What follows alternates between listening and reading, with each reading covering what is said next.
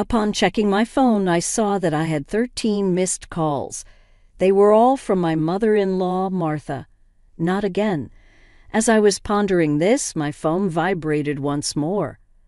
"Hello," I said upon answering the call. Martha raised her voice in anger. "Excuse me, isn't the allowance for this month $3,000 due?" "Excuse me," I said. "Send the allowance. This month's payment hasn't been deposited yet." Martha raged, completely disregarding my circumstances and only expressing her own desires. I'd had enough of her. Even in this situation, she doesn't reflect on her words and actions, does she? I've got no choice but to resort to my last option. I pulled myself together and blurted out to my phone, "Your son has passed away, so I can no longer send allowance. My name is Jennifer Smith, 32 years old. I'm a busy working woman at a major financial firm and also a housewife. I got married about 2 years ago. I met my beloved husband, Mark, through our shared hobbies. He was kind to everyone, and I was attracted to his warm smile, quickly developing feelings for him. Apparently, he felt the same way, and after dating for a year, we immediately got engaged. We both believed that we wouldn't meet anyone better than each other. We were living together while dating, and without any major quarrels, we decided to marry. Everything went smoothly for us, but here's where a problem arose. That was Martha, my mother-in-law. My father-in-law had passed away a few years ago, and since Mark didn't have any siblings, his only family was Martha. The trouble started when I first visited her home to introduce myself before our wedding. "Nice to meet you," Martha said, clearly showing a displeased expression. "So, you're Mark's fiancé, ah?" "Yes, my name is Jennifer Miller." "You're a rather plain girl. I wonder what Mark sees in you, huh?" I couldn't tell if she was joking or seriously meant what she said. Having such words directed at me by the mother of my loved one, I was quite shocked. Seeing my state, Mark frowned at Martha. "Hey, Mom, what's with the sudden harsh words? How can you say such things to the person I chose?" "No, Mark, I'm just trying to choose a suitable woman for you." "Choose? I'm the one who chose her. You have no right to meddle." "Don't say it in such a cold way. I'm just telling the truth because I care about you. If you were really thinking of me, you'd simply support us. Why can't you understand such a simple thing?" The air turned heavy as an argument unfolded between mother and son right before my eyes. Given that this was my first meeting with Martha, I wasn't in a position to intervene. Although the atmosphere remained awkward, we ultimately managed to express our intent to marry. As we were leaving, Martha called out to Mark, sounding somewhat disgruntled. "Mark, can I have a word? You're going to keep that promise after you get married, right?" "What promise?" "You know about the allowance." "That? Yes, I'll be sure to take care of that. Can we not discuss it here, please?" "Well, I was just asking." Throughout, the atmosphere between my husband and his mother was tense, and the air was thick with discomfort in the car on the way home. I asked Mark about the thing that had been bothering me. "Hey, Mark, about the conversation you had with your mom as we were leaving." "Yeah, I should have told you about it, Jennifer." "I heard something about an allowance. After my dad passed away, I've been sending money to my mom every month." "How much?" $2,000. $2,000. I couldn't help but raise my voice in surprise. He then sighed deeply and began to speak slowly. "Actually, my mom has a debt. A debt she lost a lot of money at a casino a long time ago. She's still paying it off, and because her health isn't great these days, she spends a lot of time at home. But she still needs money to live on." "Right, but $2,000? Isn't that a bit too much?" If I try to lower the amount, she keeps calling me over and over, and no matter what, a mother is still a mother. I worry about her living alone." "I see. Mark is really devoted to his mother. But of course that makes sense. Since his father passed away, Martha has been the only family he has left. Regardless of her character, she still is beloved mother. At that time, I only thought of my husband as a kind person. 2 months after our wedding, during my lunch break one day, I received a phone call on my smartphone. The call was from Martha. "Hello. Jennifer, long time no see. Can we chat for a bit?" "Yes, what can I do for you?" "Well, I was hoping you could start sending me money." "Excuse me." I was so taken aback she couldn't find the words to respond. However, Martha seemed excited to continue the conversation. "You mentioned before that you're working for a financial company, right? That means you have a good salary, doesn't it?" "Well, not exactly." "What? You're lying to avoid giving me money." "That's not what I mean." "Then what is it?" "But Martha, you're still receiving financial support from Mark, aren't you?" To my question, Martha responded in defiance. "So what?" Jennifer sternly stated what she felt. "Martha, receiving $2,000 monthly support is a big deal, and yet you're asking for more." Really, you think so?" "If you were to send me an additional $1,000, I could avoid burdening Mark." "What do you mean by that?" "Well, I have Mark as a guarantor for my debts. If I fail to make payments, the debt collectors will go after him. Do you understand? But aren't you using part of Mark's $2,000 to pay back the debt?" "In short, I haven't told Mark, but I have a significant amount of debt." From Martha's tone, it was apparent that this was a fact. Even her husband was unaware. Having children in the future would increase our expenses. In addition to that, taking over Martha's debt was not an easy task. But if Martha's payments fall behind and the debt falls onto Mark, the interest will likely have accumulated significantly by that time. If I refuse to send money, it would eventually become a problem for my husband as well. It was better for Martha to pay off her debt now. Thinking along those lines, I reluctantly agreed to Martha's proposal. "All right, I'll start sending you money." "Really? Good God, Jennifer, I knew you would say that. The total, with Mark's contribution, will be $3,000.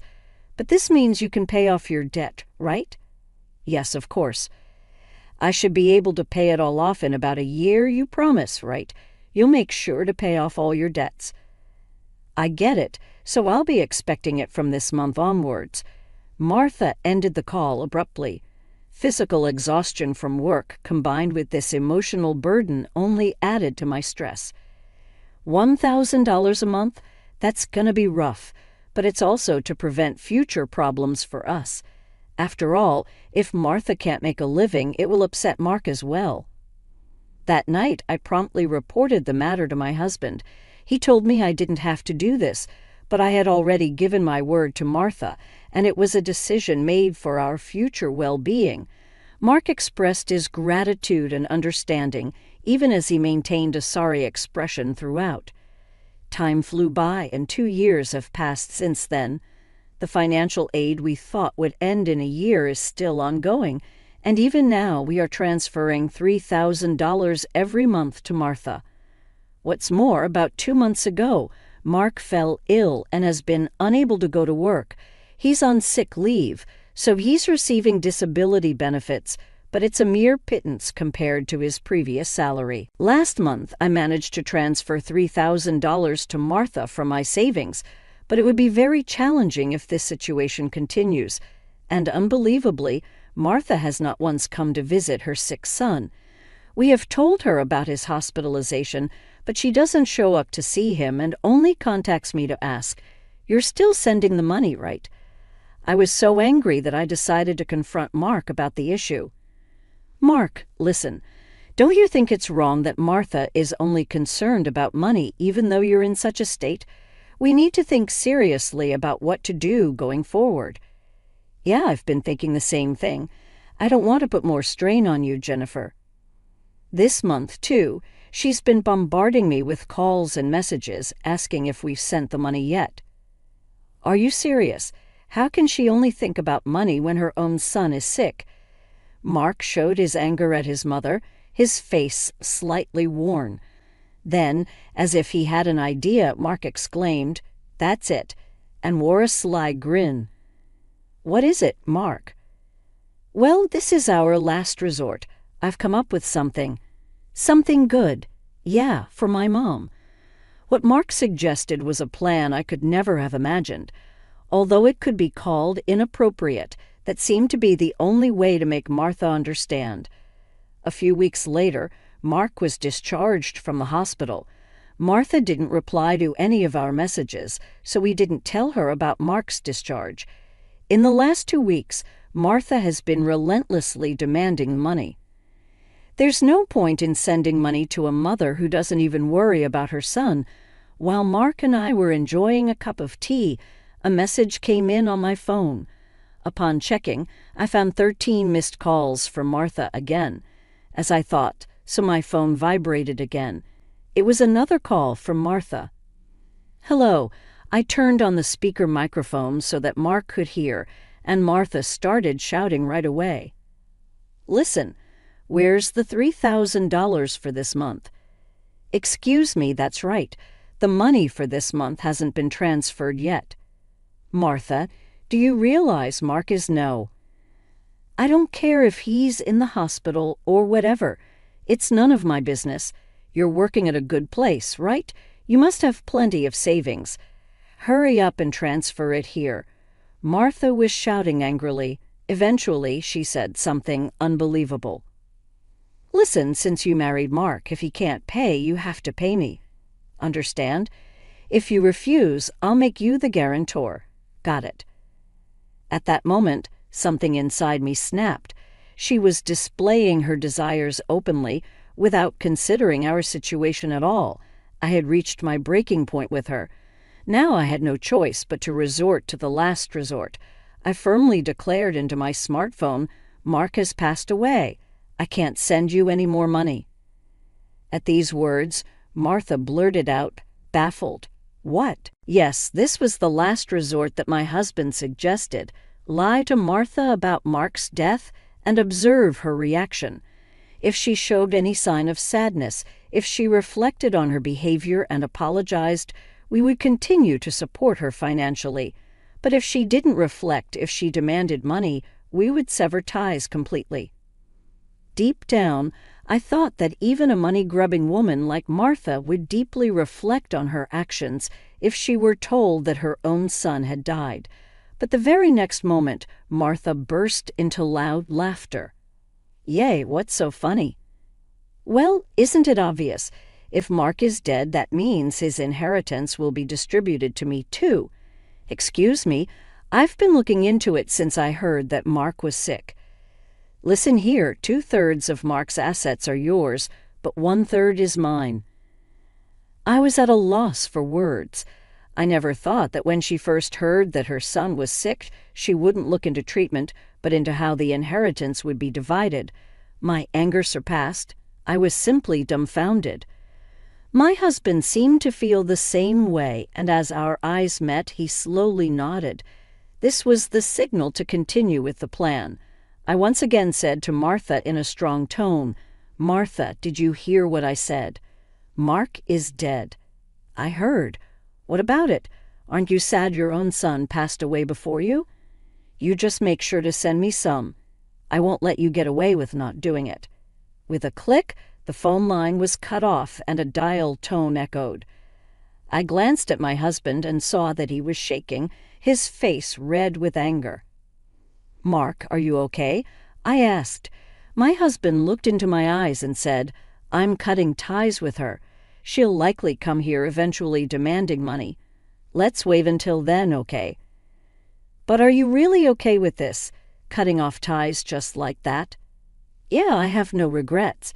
After that call, she's no mother." My husband's eyes were filled with hatred, and I felt the same way. A person who only thinks about money over her own son's life is not family to me. A few days later, as we expected, Martha came to our house. For the time being, I decided to hide my husband in the next room and deal with Martha myself. Then Martha approached me with a face like a demon. "Hey, Give me Mark's inheritance right now." Again with that. Anything else to say? He's already dead, isn't he? It's pointless to say anything now. Yet you never even visited him. What are you saying? Are you really his mother? You're so annoying. Give me the inheritance right away. I don't mind getting a lawyer. Speaking more would be a waste of time. Just as I thought that, my husband emerged from the next room. Seeing him, Martha let out a startled gasp, as if she had seen a ghost. "Mark, why weren't you dead?" "Long time no see, Mom." "Sorry, but the news about my death was a lie." "Lie? How could you be so disrespectful? I wanted to confirm your true nature, Mom. I was curious about how you'd handle the allowance if your son, died. But you turned out to be a gold digger, just as I suspected. I got that perfectly." "What? How dare you call your mother a gold digger?" "Silence. I'm cutting ties with a toxic parent like you." Martha's mouth was agape at my husband's angry shouts. She could not come to terms with the fact that her own son was severing ties with her. "What? What does this mean, Mark?" "It means exactly what I said. I can't consider someone like you as my mother." "Then what about the allowance? Do you really think I wooled?" "You're on your own with the debts. We're moving." "Wait, please. If you do that, what about my living expenses?" Tearfully pleading, Martha reached out to my husband. He forcefully shook off her hand, looked at her coldly, and said, "I don't care about your living expenses. You have been living off us without even a single apology. I really understand your despicable nature now. Don't you dare show up in front of us again." "No, wait, Mark. Are you going to abandon your mother?" Ignoring her words, my husband grabbed Martha's arm and dragged her to the front door. He threw her shoes and bag outside and chased Martha out of the house. Martha was making a fuss outside for a while, but disappeared after a bit, perhaps unable to withstand the eyes of the neighbors. She tried contacting us multiple times, but we ignored all of her attempts. We set Martha's number to be automatically rejected, and we finished moving. Regarding the matter of co-signing for the debts, it became invalid since Martha had made Mark the co-signer without his consent, and therefore he was not responsible. Without the allowance from us, Martha seems to be leading a miserable life. It's only natural, as she had been using the allowance for her gambling habits instead of paying off her debts. She still has a mountain of debts and is chased by debt collectors every day. She can't gamble anymore and seems to be working from dawn to dusk for the foreseeable future. It's unlikely that she will be able to pay off her debts completely. She will have to keep working until she is unable to move. This is entirely her own doing. As for us, we are spending fulfilling days in our new home. My husband's condition has stabilized, and he has returned to work after some time. Now there's a new life growing in my belly. We're going to have an additional member in our family next year. From now on, we want to spend happy days as a family of 3.